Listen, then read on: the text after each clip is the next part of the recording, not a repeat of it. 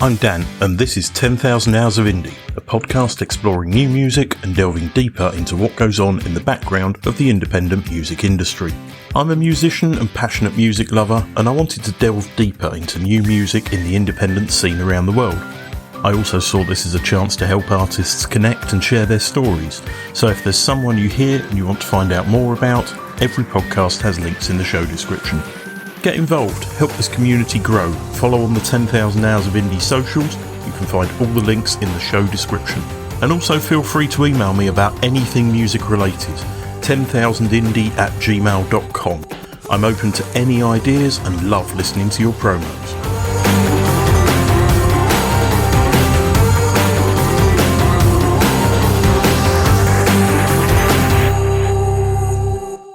Tram 92 are a new jazz world duo based in Brussels, comprising Chris Bestwick, a guitarist originally from the UK, and Anthony Barilla, an accordion player originally from the US. The duo have created something quite unique. Their Bandcamp says, when mixing this EP, we couldn't find any reference tracks with the same instrumentation in a similar style.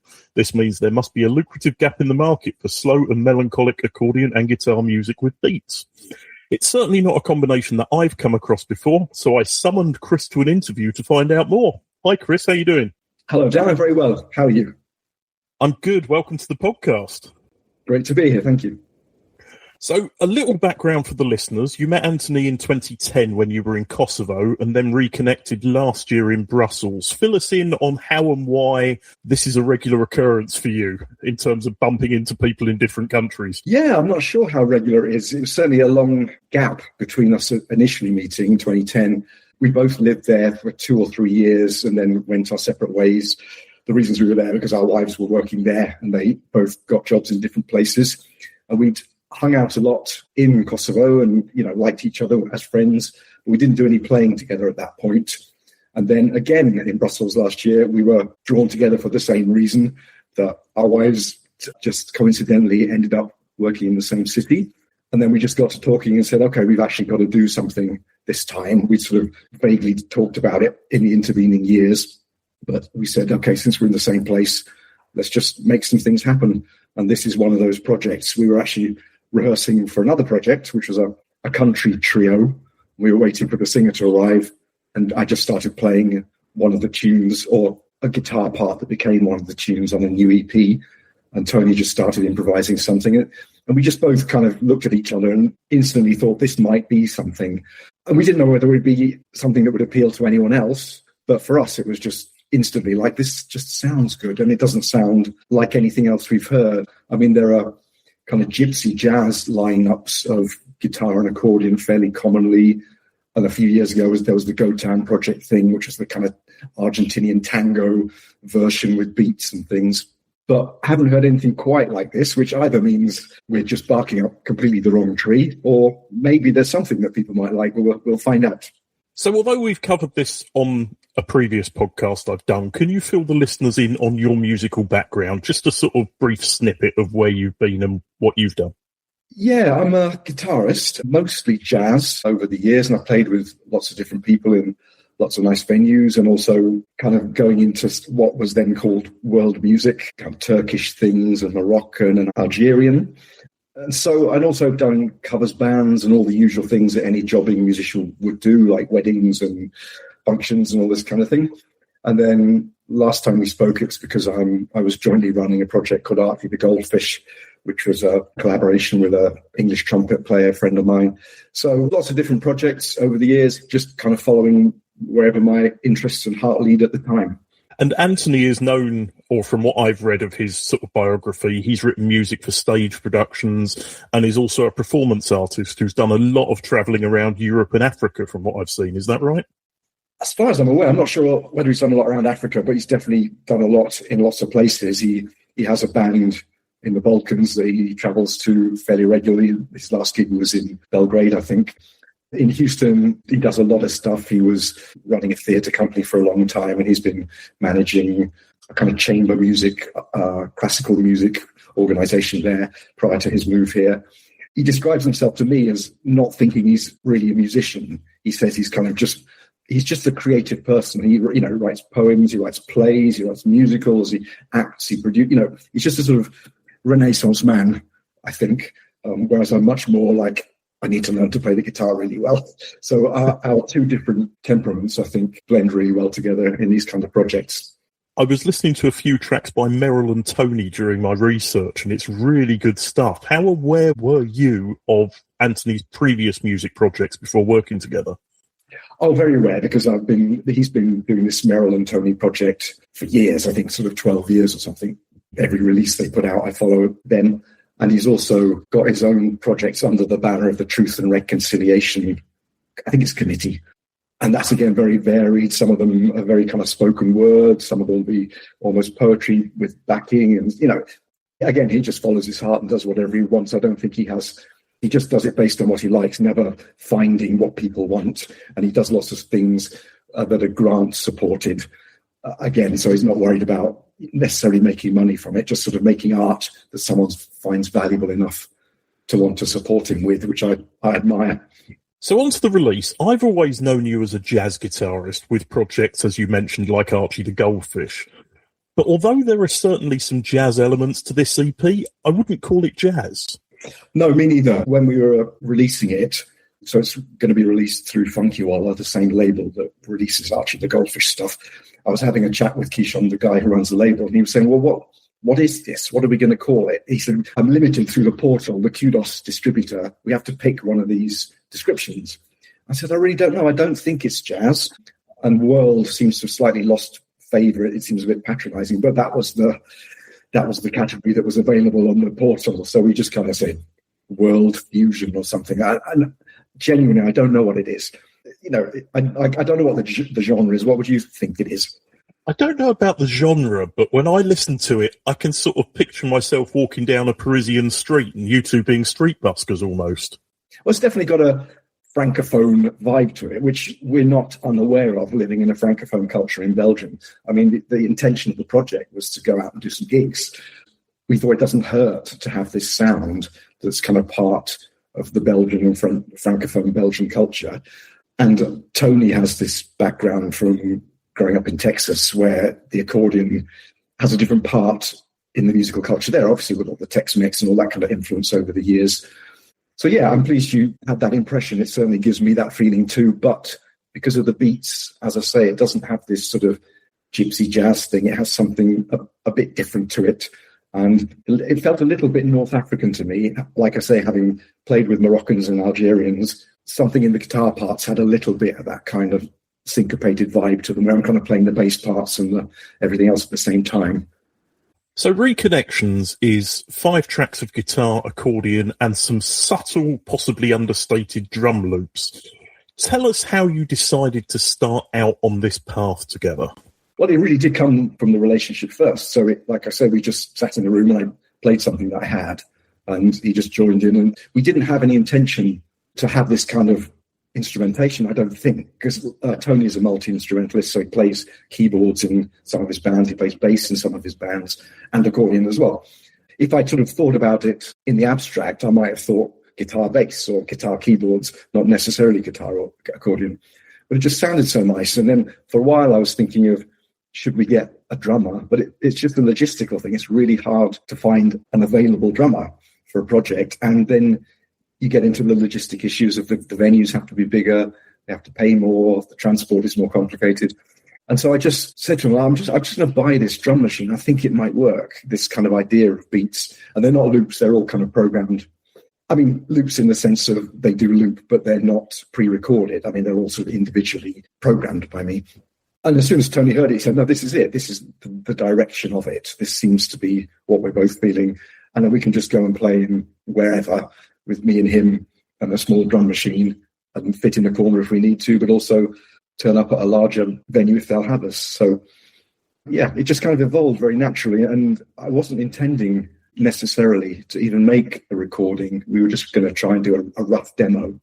But then I got a new guitar a couple of months ago. And as part of that, just to kind of learn how to play it, I just suddenly wrote some tunes. And I thought, I can write tunes for this new project. So we had one tune that we'd jointly written, but the other 4 tunes, it was just a tune a day for 4 days. then we recorded them. So it was a very, very quick, which I really like doing. I really like working quickly before I lose the excitement and the impetus.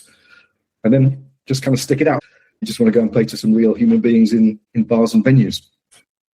As you say, 4 of the songs are credited to you. You had come up with the initial ideas and everything. You had already met and decided you were doing this before you did those 4 tracks, or were these already things you were working on before the project came together? No, like I said, these came together very quickly after we'd already started planning to do the project as a live thing, and after Tony had gone back to Houston for the autumn. And then, yes, like I said, I work much better when I have a project to compose for. I don't write music all the time. I don't sort of just have an idea and it comes to me and I think, oh, that'll make a nice tune. It's definitely like I need some tunes. They need to be similar to each other, but different enough that they'll form a coherent EP. And I tend to try and do 5-track EPs. I think albums are too long and singles are a little bit too short for me. So no, this was written specifically for the project in mind and, very quickly for this recording purpose. So you say you work quickly. How long did it take to make the EP? I think maybe it took a couple of months in total, but that was because Tony was so busy. He's basically winding up the whole of his life in Houston so he can move here permanently in a couple of weeks. So he was kind of packing up his house and finishing lots of personal projects, finishing his job. So I think he spent one day doing all the accordion parts. Maybe he did a couple of overdubs the next day, but it was a day and a half for him. Yeah, maybe a week for me because there were more guitar parts and I had to program all the drum machine parts and I had to record them all. So probably a week to 10 days of actual recording on and off, and then some mixing and then the mastering, and then just the kind of waiting around for things to come out. Were there any of the tracks that were more difficult to realise than you thought they would be initially? Yes, the last one on it, which is called Off Broadway, I had a different arrangement of it to start with, and it wasn't quite gelling. It didn't quite fit in as well with the other tracks. Roughly, I tried a couple of different arrangements for that before I hit on the one that we used, which was my preferred one. But everything else was pretty much straight away. I didn't sort of tinker with them or anything. Most of them follow a kind of similar structure. We're stating the melody. It does reflect on my jazz background, that we kind of play the melody a couple of times and then there's an improvisatory section, then we kind of recapitulate the melody. So, and again, I was definitely thinking I don't need to make these too different. They just what they are. I'm really growing to like simplicity in recordings. It's just kind of, they're to get gigs. It's so people can hear them and they're not too long and they're clear enough what it is we do. And if someone comes to the gig and they want a souvenir of the gig, this will be a nice souvenir for them to buy. And, so that's the plan.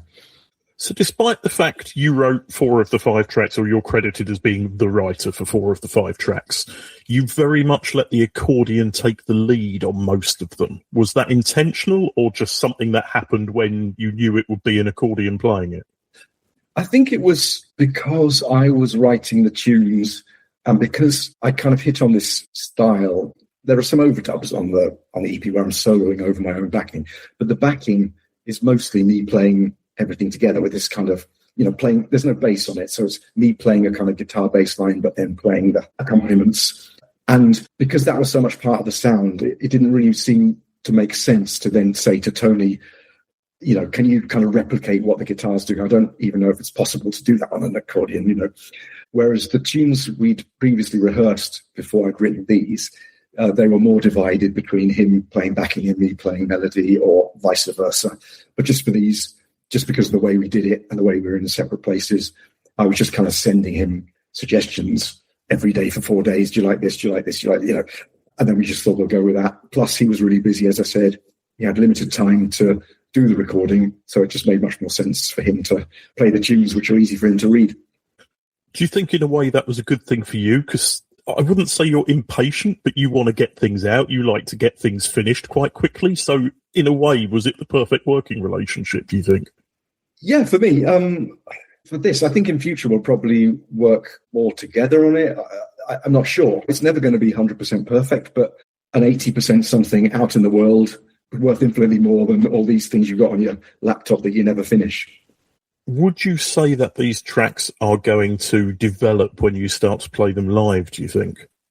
I think so. And I bought a looper pedal because as I say, on the EP, I'm occasionally soloing over my own backing, and it seemed like that was becoming quite an important part of the sound, especially when we got the drum machine in. It seemed that worked really well. So I've got a looper, and I've been, just practicing playing these tunes and working out the loops. And then Tony's back here in a few weeks, and we'll start rehearsing, and he might sort of loop some textures on the accordion, and just kind of some more, perhaps more sound effect things. Neither of us has kind of used this technology much, so we just have to kind of practice together and figure out how this will work in a live setting. But coming from a jazz improvisatory background, I'm very happy to see how things go in the moment. So the fact you've got a looper pedal now and things, is it exciting to be doing something a bit different with that? Yeah, it really is. And it's also kind of challenging. I'm used to sort of losing myself in the moments of playing. But I found I have to really kind of think, oh, okay, when do I press start? When do I press stop? Which of the drum machine loops do I have to cue up to sync to the looper? So suddenly I've never had this kind of role at all in any band. I've just sort of been the guitarist, and now suddenly I've got buttons to press, and it's a very different thing. And I think it'll take me a while to get used to doing that, and I'll probably mess it up live a few times when I get to doing it just by pressing it at the wrong time. But yeah, I love it. I've got a really nice looper. It sounds good. Guitar/programming in future. I mean, I sort of produced all the Archie stuff, and there's quite a lot of editing and production in that. And the same with this, with the loops. And I mixed this one as well. So for the last few years, I've definitely been into the sounds of it and seeing how the guitar fits into the sound of a project rather than being the guitarist who's trying to take up a certain amount of space. I think that's why the accordion and guitar work really nicely together. Even though they're in the same range, they have such different timbres.